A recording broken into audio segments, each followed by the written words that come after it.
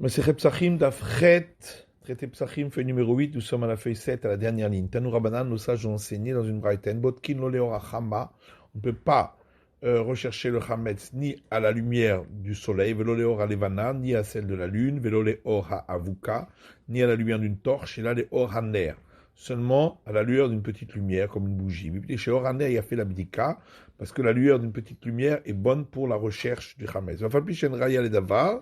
Et bien qu'il n'y a pas de preuve à cela, Zecher le Davar, il y a une allusion à cela. Chez Neymar, parce qu'il est écrit dans le verset, Shivat Yamim Seor Loim Matze Batechem, 7 jours du levain ne se trouvera pas dans vos maisons. Veomer, un autre verset, Vaïchapes Bagadol Echel Veomer.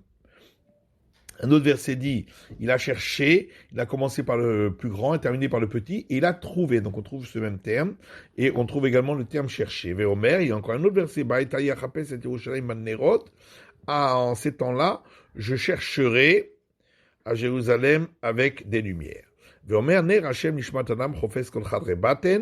Et encore un autre verset où il est dit, la lumière de l'Éternel est l'âme de l'homme pour rechercher dans les recoins du ventre. Agma dit, c'est quoi le cas de rechercher à la lumière du soleil? Si c'est dans la cour, pourtant Rava a dit que dans la cour, il n'y a pas besoin de chercher le chametz, parce que les corbeaux se trouvent là-bas et mangent tout ce qui reste. Et là-bas, Sadra, donc on parle dans une colonnade. Rava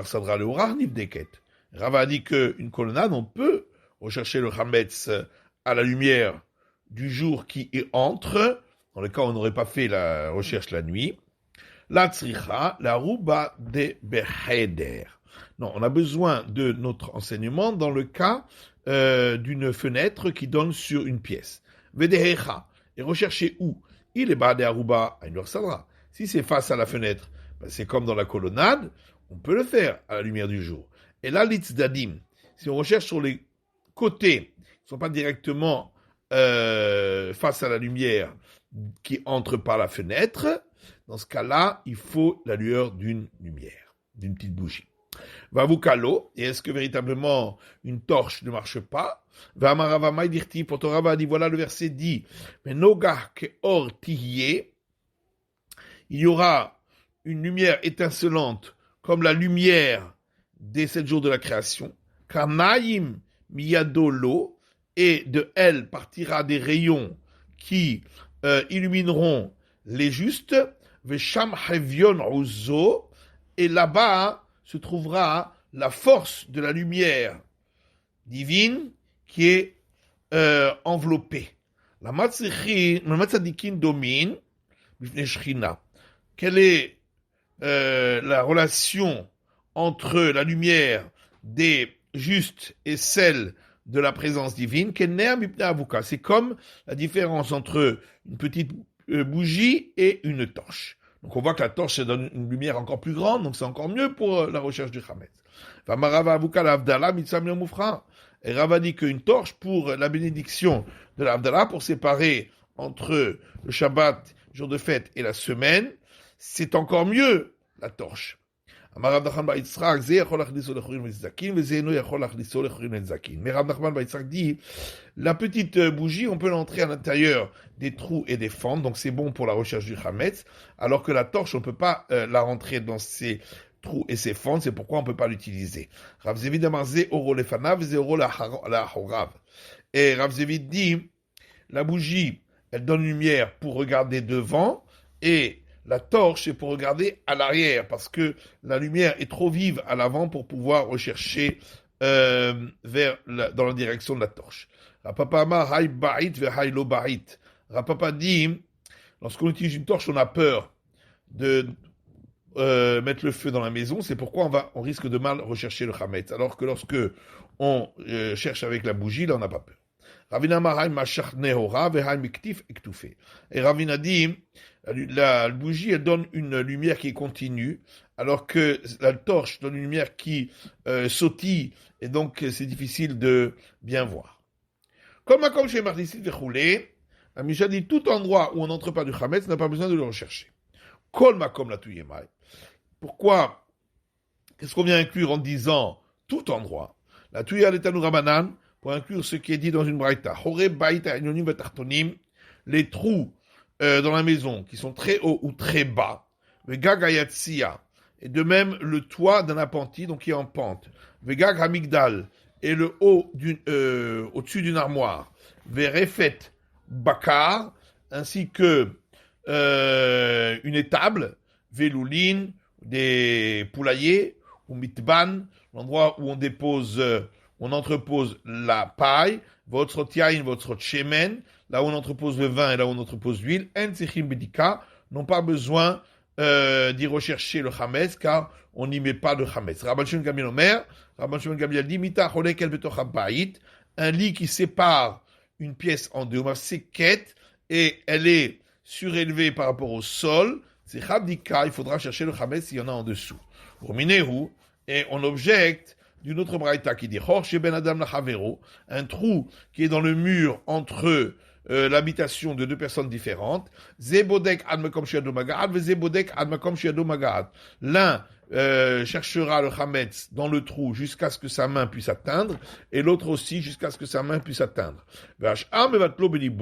Et pour le reste du trou, on annulera dans son cœur. Rabban Shimon Gamliel Omer, Rabban Shimon Gamliel dit, mita cholekel betoch habayit, un lit qui sépare une pièce, ve'etzim vavanim sedorim tartav, et des bois et des pierres sont rangés en dessous, seket, et il y a un espace entre ce bois, ces pierres et le lit, et natzichabdika, on n'a pas besoin de chercher le chametz en dessous.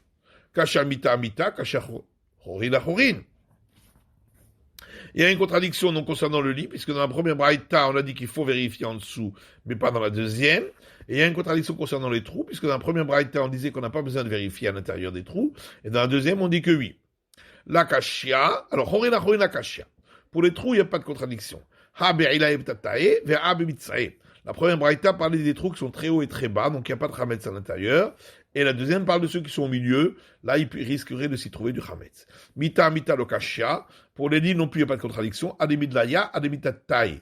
Dans un cas, le lit est très haut par rapport à ce qui se trouve en dessous. Donc, il y a la place pour pouvoir y mettre du chametz. Pour ça, il faut le chercher. Dans d'autres cas, il n'y a pas un grand espace entre les deux. Et donc, il n'y a pas de crainte qu'il y ait du chametz. Est-ce que l'endroit où on entrepose le vin n'a pas besoin d'y chercher le chametz? Pourtant, il y a une braïta qui dit, là où on entrepose le vin, on a besoin d'y chercher le chametz. Là où on entrepose l'huile, on n'a pas besoin d'y chercher le chametz. La dit, ici de quoi on parle? Mais mistapek, lorsque on utilise ce vin pour sa consommation personnelle, donc on risquerait de chercher du vin pendant le repas et d'y laisser un morceau de pain. Alors que dans le premier cas, on parlait de vin qui n'était pas pour la consommation personnelle, juste pour la vente. Yari shemen nami. Si c'est pour la consommation personnelle, alors pour l'huile aussi. Shemen yeshkiva la achila. Elle dit non, parce que l'huile, en général, on sait combien on va manger au départ, donc on prend l'huile qui est nécessaire, on risque pas d'en prendre au milieu du repas. Yain kevar lishtia. Pour le vin, on ne sait pas exactement combien on va boire. Il est possible qu'au milieu du repas, on va chercher encore du vin. Tané Rabbi Chia enseigne dans une braïta. On considère que l'endroit où on dépose certaines boissons alcoolisées en Babylonie, c'est comme l'endroit où on dépose le vin en Israël, le mistapek. Si on l'utilise pour sa consommation, eh bien, on craint qu'on va en chercher pendant le repas. Amar Afrizda, Bedagim Enser Bedika. Afrizda dit l'endroit où on entrepose des poissons, on n'a pas besoin d'y chercher le chametz. Vaternia, Sechin Bedika. Pourtant, il y a une braïta qui dit on a besoin d'y chercher le chametz. Lokashia, Ha Beravreve, Ha Bezoutre. La Gemara dit c'est pas une contradiction. Dans un cas, on parle de gros poissons, donc on ne va pas les chercher pendant le repas. Et dans l'autre cas, on parle de petits poissons qu'on risquerait de chercher pendant le repas, c'est pourquoi ils risqueraient de s'y trouver du chametz. Amar Rabba Baravuna dit, Beminche ou Bekire, Tser Bedika. L'endroit où on entrepose le sel et l'endroit où on entrepose la cire, on a besoin d'y rechercher s'il y a du chametz, car il peut arriver qu'on aille en chercher pendant le repas, quand on a besoin de sel ou qu'on a besoin de cire pour les bougies. Amar Papa Betsive ou Betamre, Tser Bedika. À Papa dit l'endroit où on dépose le bois et celui où on dépose les dattes, également, on a besoin de chercher s'il s'y trouve du chametz, parce que des fois, on va en chercher pendant le repas. Tana, en mechavimoto lachdis yado lechorim nezdaki livdok mipnei sakana. Et une braïta qui dit qu'on n'a pas besoin de rentrer sa main dans les trous et les fentes pour y chercher le chametz à cause du danger.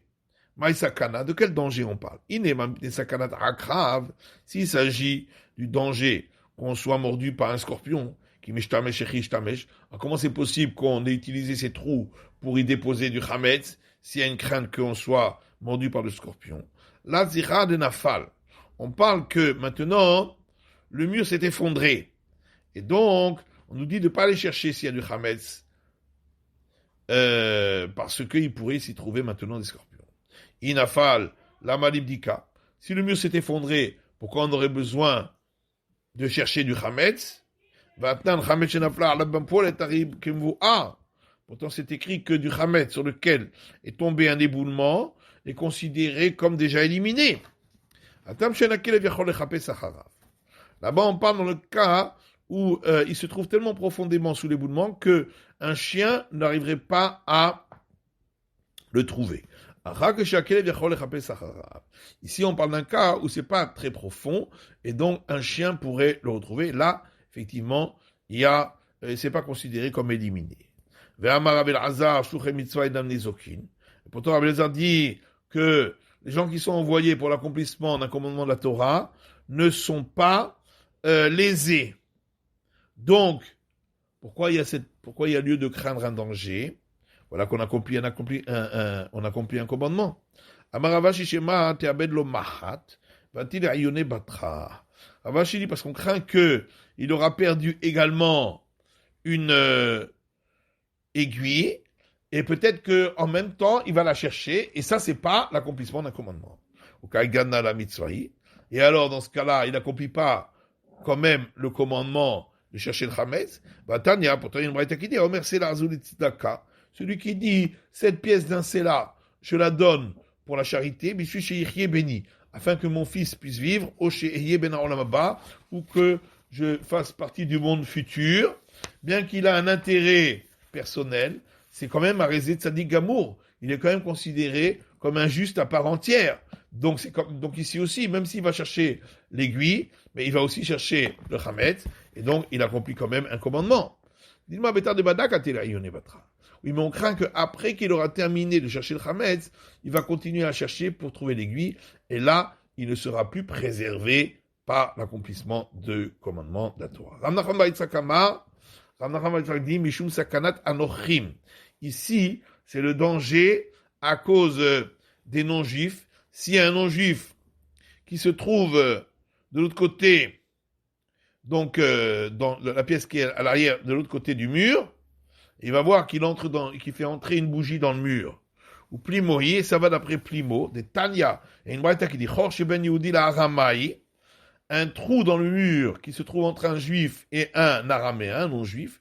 Bodek Almakom Shadomagaat, il doit chercher dans le trou jusqu'à l'endroit où il peut atteindre avec sa main.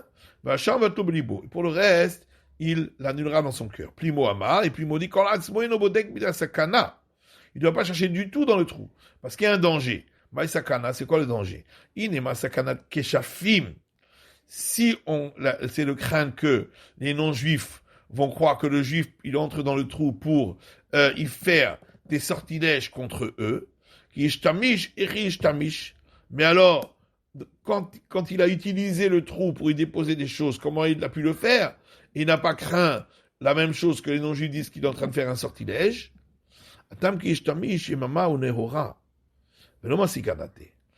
Là-bas, on peut dire qu'il a utilisé le trou quand il faisait jour, il y avait de la lumière, donc il n'a pas rentré de bougie, et donc le non-juif n'a pas prêté attention.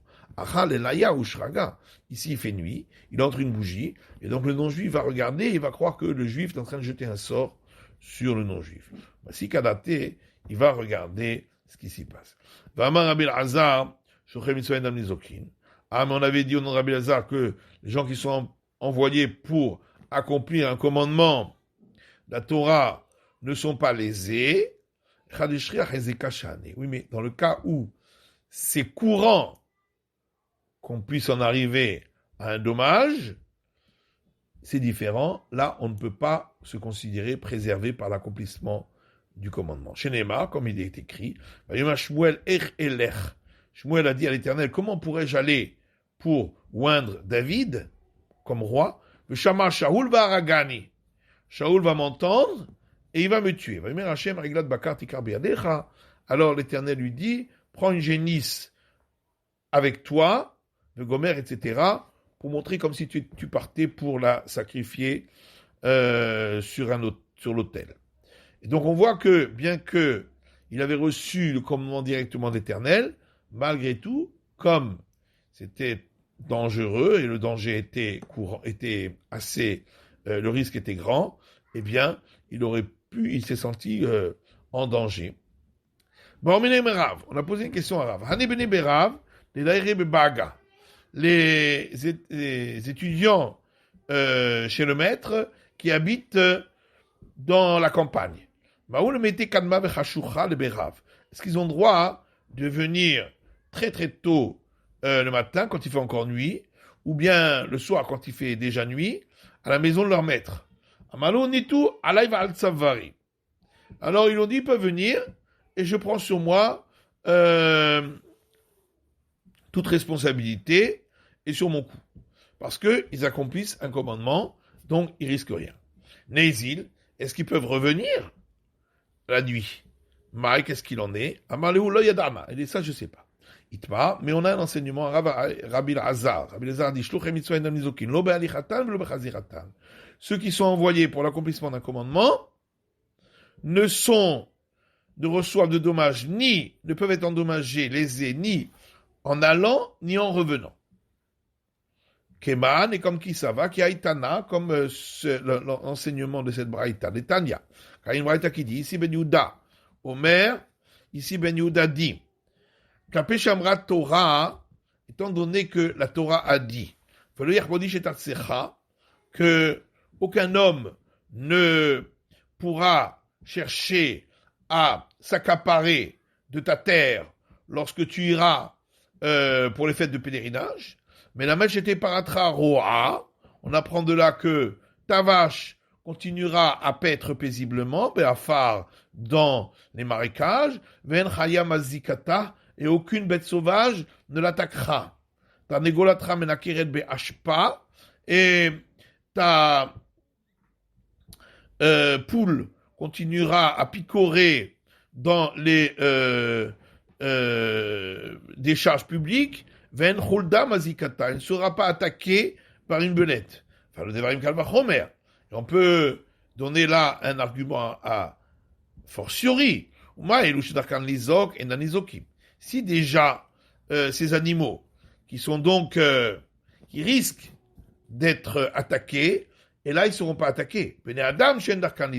Les hommes qui risquent beaucoup moins d'être attaqués, à plus forte raison que lorsqu'ils accomplissent un commandement, ils ne seront pas attaqués. Mais ça c'est seulement lorsqu'ils vont pour le pèlerinage. Et d'où on le sait pour le retour du pèlerinage. C'est pourquoi le verset dit, tu retourneras le matin et tu iras vers ta tente, mais la metche était l'air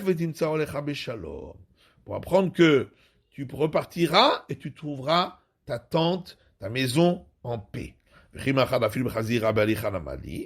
Si déjà au retour il ne risque rien, alors à plus forte raison à l'aller. En vérité, le verset qui parle d'aller au pèlerinage, on l'utilise pour l'enseignement de Rabbi Ami. Rabbi Ami dit, tout homme qui a un terrain a l'obligation de monter en fait de pèlerinage. Mais celui qui n'a pas de terrain n'a pas cette obligation. C'est pourquoi le verset dit, personne ne voudra s'accaparer ton terrain, pour apprendre qu'il faut qu'on ait un terrain, afin qu'ainsi, au fait de pèlerinage, on amène des fruits et de la deuxième dîme et tout ce qui est nécessaire d'apporter du champ à Jérusalem pour le donner aux pauvres, comme ça explique le Maharsha. Amar Rav Yavin bar Rav Hada, Amar Rav Yitzchak. Rabbi Avin, fils de Ravada, dit au nom de Rabbi Yitzhak, Ma en perot ginosar birushalayim. Pourquoi il n'y a pas de fruits délicieux comme les fruits de Ginosar à Jérusalem? Que dès chez l'Oyehu, on les régalim omri, malé lo alinu el alechol perot Ginosar birushalayim dayenu. Pour ne pas que ceux qui montent au pèlerinage disent si nous n'étions montés que pour manger ces fruits délicieux à Jérusalem, ça nous aurait suffi.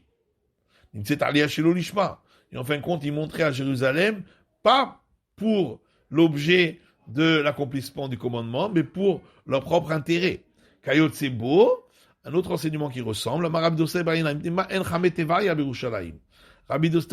il dit pourquoi il n'y a pas des sources chaudes comme celle de Tibériade à Jérusalem.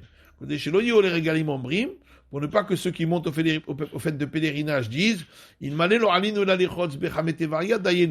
nous n'étions montés que pour nous laver dans ces sources chaudes comme celle de Tibériade, ça nous aurait suffi.